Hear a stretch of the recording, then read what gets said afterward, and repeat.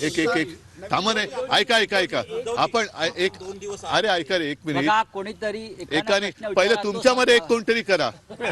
तुमचे जे सारथी आहेत केजरीवालांची तुम्ही काल भेट घेतली, केजरीवाल नाराज असल्याचं समजत नाही, अजिबात नाही, अजिबात नाही. केजरीवाल आहेत आहेत आहेत केजरीवाल अजिबात नाराज नाही आहेत.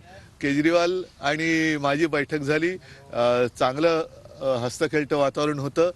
साहजिकच आहे, आजच्या बैठकीच्या निमित्ताने सुद्धा आमच्या काही सूचना एकमेकाशी आम्ही बोललो आणि बाकीच्या सुद्धा गोष्टी झाल्या. महाराष्ट्रातली म्हणजे एकंदरीत काँग्रेस आणि आम आदमी पक्ष जुळवून घेत नाही. आज सामनामध्ये देखील अग्रलेख आहे. काँग्रेस असं नाहीये, समजून घे. जे लिहिले ते मला सोबत बसलेले आहेत, तुम्ही सांगा नीट. नाही, एक मिनिट पहिले होऊ दे, कारण हा प्रश्न कोणाचाही गैरसमज होता कामा नये.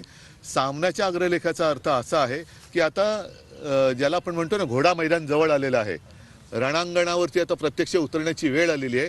अशा वेळेला सगळं सैन्य तर जमलेलं आहे, पण एकत्रितपणाने पुढे जाण्यासाठी अगदी थेट पंतप्रधान पदाचा चेहरा जरी नसला तरी साधारणतः एक कोऑर्डिनेटर ज्याला म्हणतो, म्हणजे त्याचं नाव जाहीर केल्यानंतर तोच पंतप्रधान होईल असं नाहीये. या गोष्टी जसं जॉर्ज साहेब निमंत्रक होतेच ना, त्याच्यानंतरही मला वाटतं अलीकडे पलीकडे तेव्हाही कोण असतील, आता शरद यादव होते, तर ते कोणतरी एक निमंत्रक लागेल. त्याच्यानंतर मग पुढे जायला पाहिजे. एक नाहीतर काय होतं, सगळेजण आपापल्या राज्यात बिझी असतात. हे मी मागेही बोललो होतो, सगळेजण आपापल्या राज्यामध्ये हे व्यस्त असतात. त्याच्यामुळे सगळ्यांना एकत्रित आणणं याच्यासाठी एक व्यक्ती लागेल.